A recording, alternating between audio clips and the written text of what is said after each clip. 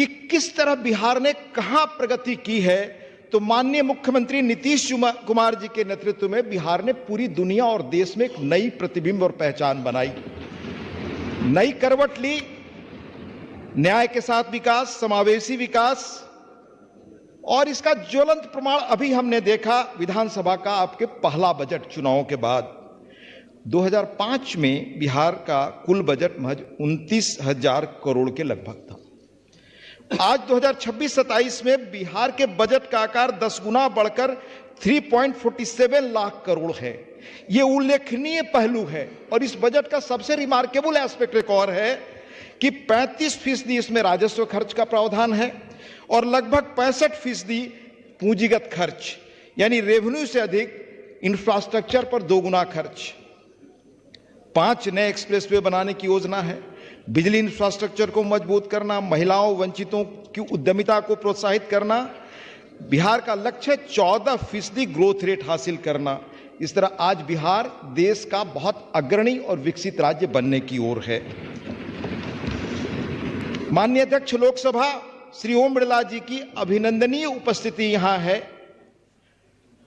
आज कैसे गौरवशाली अपने अतीत और परंपराओं और इतिहास के साथ बिहार नवीनतम टेक्नोलॉजी को अपना रहा है। माननीय सभापति राज्यसभा और लोकसभा अध्यक्ष श्री ओम बिरला जी के नेतृत्व में संसद में बड़े पैमाने पर टेक्नोलॉजी को अपनाया गया। सारी पुराने रिकॉर्डों को डिजिटाइज किया जा रहा है और बिहार की विधानसभा की, विधानमंडल की लाइब्रेरी तो अद्भुत रूप से संपन्न है।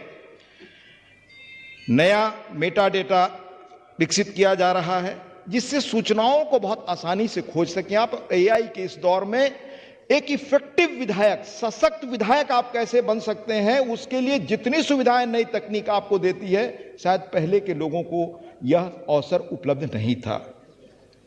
सदन की कार्यवाही को पेपरलेस बनाने, सदन की कार्यप्रणाली को ऑनलाइन करने, हमारी विधायी संस्थाएं चाहे संसद हो या विधानमंडल प्रमाणिक सरकारी दस्तावेजों की सबसे बड़ी और महत्वपूर्ण रिपोजिटरी हैं। आम बजट या आर्थिक सर्वे जैसे सरकार के महत्वपूर्ण दस्तावेजों को ऑनलाइन में प्रस्तुत किया जा रहा है जिससे आने वाली पीढ़ियों के लिए डिजिटल संस्करण संरक्षित रहे। हाल में लखनऊ में आयोजित AIPOC all India presiding officers conference में विधायी संस्थाओं की सक्षमता को मापने के लिए मानक नेशनल लेजिस्लेटिव इंडेक्स तैयार करने पर सहमति बनी। यह बड़ा रिमार्केबल कदम है। कैसे हमारे नागरिक, लोकतंत्र में जनता हमारी विधायी निकायों की कार्यप्रणाली और कार्यक्षमता को जांचने परखने का काम कर सकती है। एक नया मानक होगा कि लोग अपने विधायकों, सांसदों को कैसे आंक सकते हैं। जनता और उनकी चुनी हुई विधायिका के बीच संपर्क को सुगम बनाने के लिए टेक्नोलॉजी का उपयोग बहुत ही आवश्यक है और डिजिटल टेक्नोलॉजी के उपयोग के माध्यम से माननीय सदस्य अपनी क्षमताओं का लगातार विकास कर सकते हैं और बड़े समृद्ध ढंग से अपने कामकाज का निष्पादन कर सकते हैं। सदस्य अपने अपने क्षेत्र में चल रहे विकास कामों की नियमित निगरानी भी इस टेक्नोलॉजी से कर सकते हैं। सरकारी योजनाओं के कार्यान्वयन की निगरानी के लिए जिला और राज्य स्तर पर डैशबोर्ड विकसित किए जा रहे हैं या करवा सकते हैं। सदन की चर्चाओं में प्रभावी भागीदारी के लिए अब उन्हें बहुत शोध सामग्री कराने के बजाय इन इंस्ट्रूमेंट से, इन नए टेक्नोलॉजी AI के माध्यम से बहुत प्रभावी ढंग से काम कर सकते हैं। और बिहार तो इस नए टेक्नोलॉजी के युग में मूल्यों की विरासत सबसे महत्वपूर्ण है। यह भगवान बुद्ध और भगवान महावीर की मिट्टी है। नवचिंतन की उर्वर भूमि, क्रांतिकारी लोकतंत्र की भूमि, स्वाधीन भारत के लोकतांत्रिक संस्कारों को बनाने और संविधान को गढ़ने में बिहार के नेताओं, मनीषी नेताओं का वंदनीय योगदान रहा है। भारत की संविधान सभा के दोनों अध्यक्ष डॉक्टर सच्चिदानंद सिन्हा, डॉक्टर राजेंद्र प्रसाद बिहार से चुने गए थे। इसके अलावा बाबू जगजीवन राम, जयपाल सिंह मुंडा, अमियो कुमार बोस, KT शाह, अनुग्रह नारायण सिन्हा जी, सत्यनारायण सिन्हा जी, श्री कृष्ण सिन्हा जी जैसे महान राजनेताओं ने संविधान के निर्माण में महती योगदान दिया। और आजादी के बाद लोकनायक जयप्रकाश नारायण ने राष्ट्रीय जीवन में लोकतांत्रिक मर्यादाओं को स्थापित करने के लिए युवाओं की संपूर्ण क्रांति का आह्वान इसी धरती, इसी पटना से किया, जिसमें बिहार का पार्टिसिपेशन उल्लेखनीय रहा। मुख्यमंत्री आदरणीय नीतीश जी, प्रधानमंत्री आदरणीय मोदी जी उसी संपूर्ण क्रांति के सुचितापूर्ण राजनीति के आदर्शों के प्रतिनिधि हैं। बिहार ने जननायक कर्पूरी ठाकुर जैसे मनस्वी को मुख्यमंत्री दिया। जब संविधान बन गया, कहां से आप सशक्त विधायक बन सकते हैं और विधानसभा कैसे सशक्त हो सकती है? तो मैं याद करना चाहूंगा कि राजेंद्र बाबू ने संविधान बनने के बाद क्या कहा। अब मैं उनको कोट करता हूं, if the people who are elected are capable and men of character integrity, यानी चुने गए लोग और कैरेक्टर के होंगे, इंटीग्रिटी के होंगे, तो डिफेक्टिव कॉन्स्टिट्यूशन भी होगा तो उसको सर्वश्रेष्ठ बना देंगे। अगर कॉन्स्टिट्यूशन कहीं किसी चीज पर अगर कमजोर भी दिखाई दिया तो इस चरित्र के लोग संविधान को सर्वश्रेष्ठ बनाएंगे, विधायिका को सर्वश्रेष्ठ बनाएंगे। वो कहते हैं आगे Rajendra Babu, after all a constitution like a machine is lifeless thing, it acquires life because of men who control it and operate it, and India needs today nothing more than a set of honest men who will have the interest of the country before them. आज भारत को ऐसे लोगों की जरूरत है, ईमानदार लोगों की, प्रतिबद्ध लोगों की, जो देश के प्रति समर्पित हो। ऐसे लोग इस संविधान के सपने को साकार करेंगे। उनके कहने का अर्थ था कि संविधान तो एक निर्जीव मशीन जैसा है, यह उन लोगों के कारण जीवंत बनता है जिन पर इसका दायित्व होता है। तो यह दायित्व तो आपके ऊपर है। और संविधान निर्माता डॉक्टर बाबा साहब आम्बेडकर ने भी यही बात कही थी, जिसका मैं लंबा कोट करूं तो समय लगेगा, लेकिन आशय था कि जिस दिन लोग निजी हित या पार्टी का हित देश के हित से ऊपर रख देंगे तो फिर देश गुलाम होगा और शायद हमेशा के लिए अपनी आजादी खो दे। यह डॉक्टर आम्बेडकर साहब की चेतावनी या हम सब के लिए एक सबक था।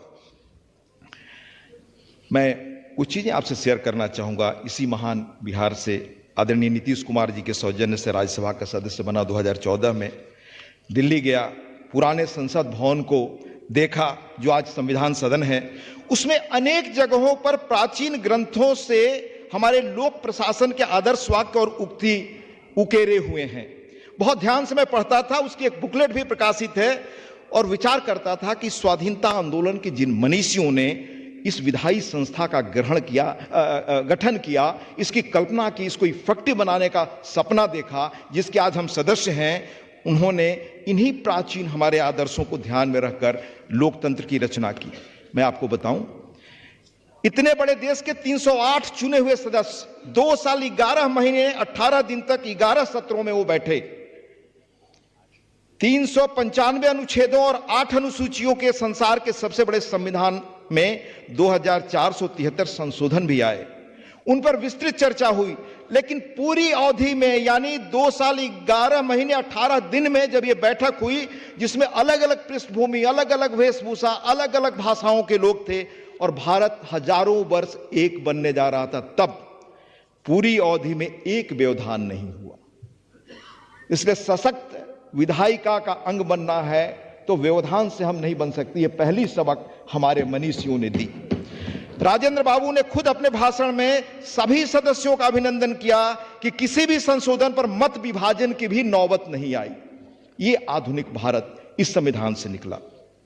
आज विधायी सदनों में भावों में कुंठा और भाषा में कटुता में देखता हूं। विगत सप्ताह संसद में जो कुछ घटा वो न केवल लोकतांत्रिक इतिहास में अभूतपूर्व है।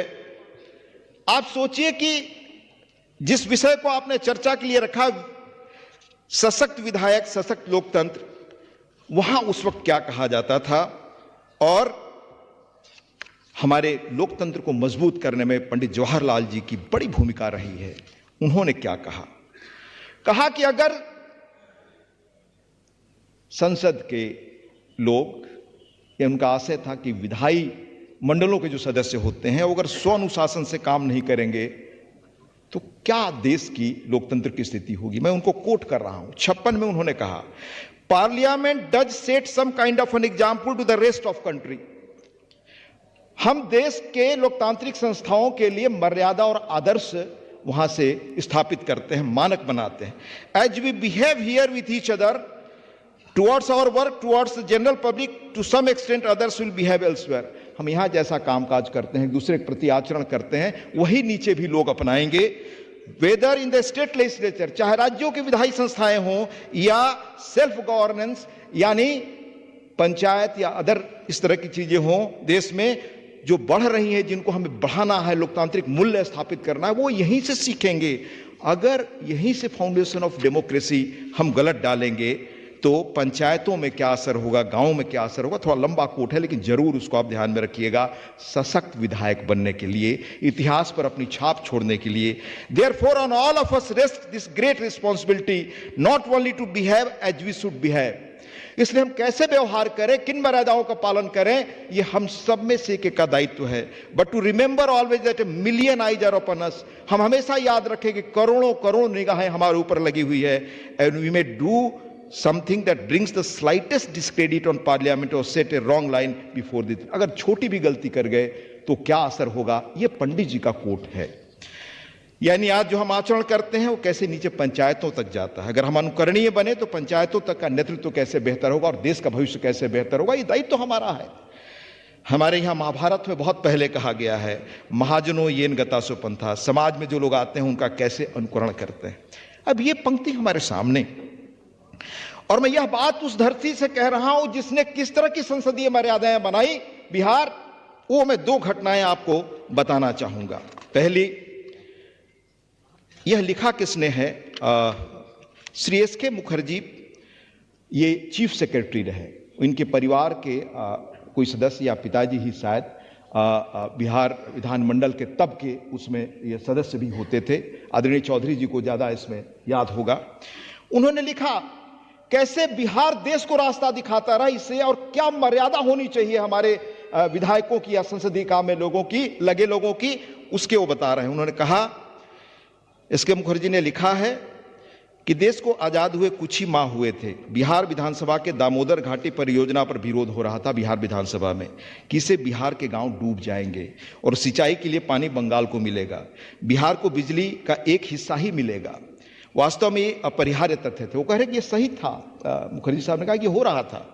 उत्तर सिंचाई मंत्री श्री रामचरित्र सिंह जी को देना था, लेकिन स्वयं प्रधानमंत्री, यानी तब राज्य मुख्यमंत्री को प्रधानमंत्री ही कहा जाता था, ने स्वयं बहस में हस्तक्षेप किया आदरणीय श्री बाबू ने, और कहा क्या, श्री कृष्ण झा ने जो कहा वो बिहार की राजनीति के राष्ट्रीय संस्कारों को दिखाता है।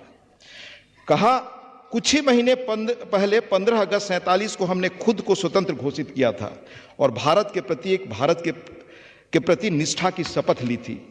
किसी को यह एहसास नहीं था कि वे इतनी जल्दी भुला दिए जाएंगे। श्री बाबू कह रहे हैं कि यदि बंगाल में बाढ़ सुरक्षा कार्यों से लाखों लोगों को लाभ हुआ जबकि बिहार के कुछ गांव डूब गए, तो वे लाखों लोग भी उतने ही भारतीय थे जितने बिहार के लोग जिन्होंने अपनी कुछ जमीन खो दी। उन्होंने जोर देकर कहा, क्या भारत में झंडा फहराने के कुछ ही महीनों के भीतर इस तरह की मानसिक बाधाएं खड़ी करना उचित था। दूसरी घटना है, 1952 के चुनाव में श्री रामानंद तिवारी जी विधानसभा के लिए चुने गए। सबको याद होगा, आदरणीय रामानंद तिवारी जी क्रांतिकारी व्यक्ति, पुलिस में रहे, अंग्रेजों के शासन में विद्रोह किया। मैंने जब पत्रकारिता शुरू की धर्मयुग में, तो मेरा सौभाग्य रहा कि उन्हें मिलने और उनको जानने का मौका मिला। तो लिखते हैं श्री मुखर्जी, वो बड़े उस वक्त के आईएएस अधिकारी रहे होंगे। ये भी लिखा है कि एलपी सिंह वगैरह सब जो लीजेंडरी यहाँ से अधिकारी निकले, भारत बाद में देश के गृह सचिव हुए, राज्यपाल बने, वे सब चिंतित थे कि भाई रामानंद तिवारी जी क्या बोलेंगे, पुलिस कर्मियों पर बहस होने वाली है, उनकी मांग पर चर्चा होने वाली है। लिखते हैं वो कि सभी को श्री तिवारी के राजनीतिक स्टैंड पर अनिश्चितता थी, लेकिन श्री तिवारी ने बिना किसी पूर्वाग्रह के पूरा संयम रखते हुए किसी अधिकारी पर व्यक्तिगत आक्षेप किए बिना पुलिस से संबंधित बुनियादी मामलों को सदन में पूरी निष्ठा के साथ उठाया। ऐसी महान विरासत के आप उत्तराधिकारी हैं। व्यक्तिगत चीजों से उठकर मैं अनेक घटनाएं आपको गिना सकता हूं, पर इन घटनाओं की पृष्ठभूमि मैंने आपको क्यों बताई, क्योंकि पिछले एक सप्ताह से जो भी मैं मीडिया के माध्यम से देख रहा हूं, जो देश के सदन में दिखाई देता है, पंडित नेहरू जी का कोट में अक्सर यह कोट करता हूं कि हम सब कैसे बिहेव करें। उसमें उस प्रसंग में एक चीज मैं आपको बताना चाहता हूं कि रूल क्या है, रूल ये कहता है, जैसे आप में से कल कोई तय कर ले कि हमको ये दस्तावेज, ये चीज, ये रखना ही है विधानसभा में, तो वैसे मान लीजिए नियम है। और ये मैं देश के पहले जो स्पीकर रहे उनसे कोट करता हूं, जीवी मावलंकर जी का द ऑफिस ऑफ स्पीकर एक किताब है, उसका अंश कहते हैं कि स्पीकर की authority is supreme in the house and there could be no challenge to his decisions and orders. In the whole setup of parliamentary democracy the speaker is the only autocrat. ये कोई मैं नहीं कह रहा, ये 1956 में पहले स्पीकर साहब का कहा गया शब्द है। Meaning thereby that his exercise of authority requires no previous consultation or concurrence of anybody and authority is unchallengeable। लंबा प्रसंग है पर मैं वो सुनाना नहीं चाहता, जो मकसद हो मैं कहना चाहता हूं। जब ये मामला उठा तो मैं राज्यसभा का अपना सब देखने लगा कि भाई यहां नियम क्या कहता है। अनेक नियम तो हैं ही, अनेक चेयरमैन के डायरेक्शन है, रूल्स हैं। किसी चीज को अगर कोई कल आप तय कर लेते हैं कि हमें ये दिखाना है, तो उसके लिए सबसे पहले अनुमति आपको स्पीकर से लेनी है, बिना उसके आप दिखा नहीं सकते। और मैं कम से कम 8, 10, 58 से लेकर, जिसमें भूपेश गुप्ता का नाम है, जिसमें राजनारायण जी का नाम है, 67 का नाम है, प्रसंग है, फिर 76 का है, फिर 2005 में Rajya Sabha Shri Jaswant Singh leader of opposition का प्रसंग है। अनेक चीजें मैंने राज्यसभा में पाई कि ये सब लोग कुछ डॉक्यूमेंट्स लेकर गए, दिखाना है, स्पीकर ने तय कर दिया कि इस नियम, इस कानून के तहत आप नहीं कर सकते। सबने इसका पालन किया। अगर ऐसी स्थिति पैदा हो तो मैं खुद महसूस करता हूं कि मेरे सामने अगर ऐसी स्थिति आए, कानून के अनुसार मैं फैसला करूं, पर कोई सदस्य अड़ जाए कि नहीं मैं यही करना चाहता हूं, तो हमें तय करना होगा कि संसद जो 75 वर्षों से, या विधानसभा आपकी जो 75 वर्षों के नियम कानून से चलती रही है, वो चलेगी, एक व्यक्ति के इस तरह के जिद पर चलेगी। ये हमें आज तय करना होगा। हम यहां पहुंच चुके हैं, इसमें हमें निर्णय सोचना चाहिए। दूसरा बड़ा सवाल कि जब हम संविधान की शपथ लेते हैं तो उसे कुछ बाउंड है, कुछ चीजों से। हम संविधान की मर्यादाओं का कैसे पालन करते रहे हैं, मैं एक प्रसंग सुनाऊंगा। 62 के युद्ध के बाद एक एंडरसन कमेटी बनी और उसकी रिपोर्ट आज तक कॉन्फिडेंशियल है, जहां तक मेरी जानकारी है। किरण जी को अधिक जानकारी होगी।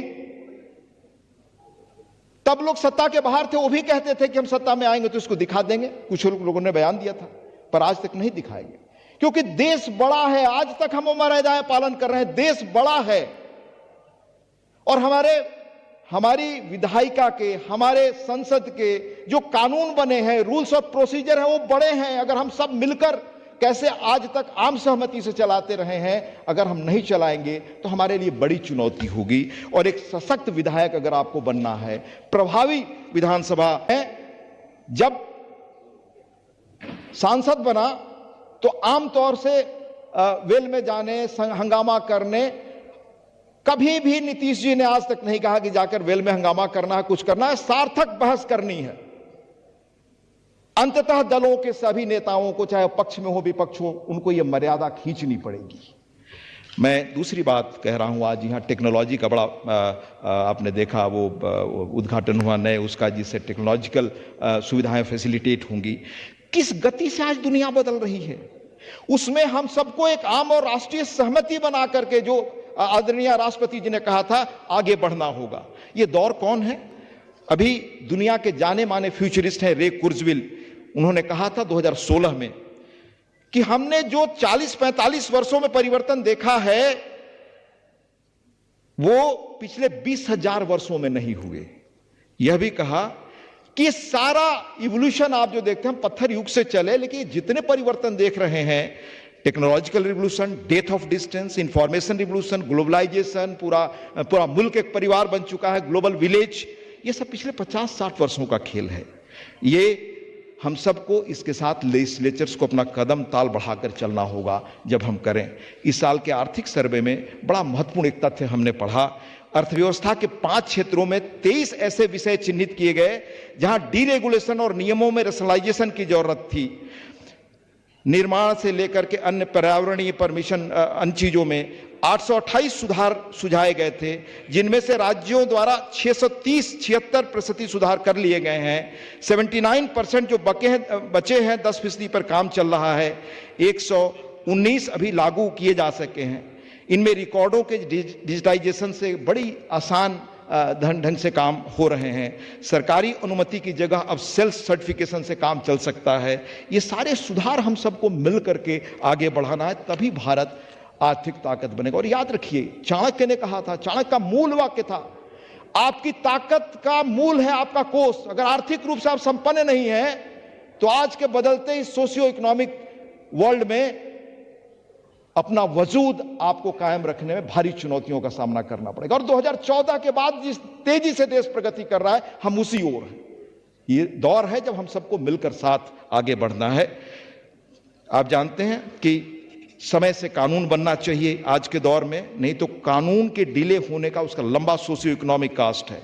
जैसे देश में बेनामी संपत्ति का कानून संसद द्वारा 1988 में पारित हुआ, 2014 तक उसे नोटिफाई नहीं किया गया, अरबों खरबों के घोटाले होते रहे, और जब उसे सुधार कर पीएमएलए कानून लाया गया तो कुछ निहित स्वार्थ उसमें भी ढील दिए जाने के लिए अदालत में चुनौती करते हैं। आखिर 2.5 दशक तक बेनामी कानून क्यों नहीं नोटिफाई हुआ? ऐसी चीज़ों पर आप सब निगाह रखिए अगर हमें इफेक्टिव बनना है तो। अंत में मैं डॉक्टर आम्बेडकर की चेतावनी के साथ जो हम सब के लिए उन्होंने कहा है, अपनी बात खत्म करूंगा। उन्होंने कहा था कि कभी उनके कहने का आशय है कि हम जो राष्ट्र के मुद्दे हैं वो दलों से ऊपर रखें, तभी एक हम महान राष्ट्र का गठन कर सकते हैं। उनके कहने का एसेंस एक लंबा कोट है, वो मैं पढ़ नहीं रहा हूं। अंत में मैं माननीय अध्यक्ष लोकसभा और इस मंच पर बैठे सभी लोगों का, माननीय अध्यक्ष बिहार विधानसभा, सभी को बहुत तहे दिल से धन्यवाद देता हूं कि आपने धैर्य से हमें सुना और इस गौरवशाली कार्यक्रम का, इस ऐतिहासिक बिहार के इस ऐतिहासिक जगह पर सुनने आपने धैर्य से सुना, उसके लिए बहुत बहुत धन्यवाद। नमस्कार।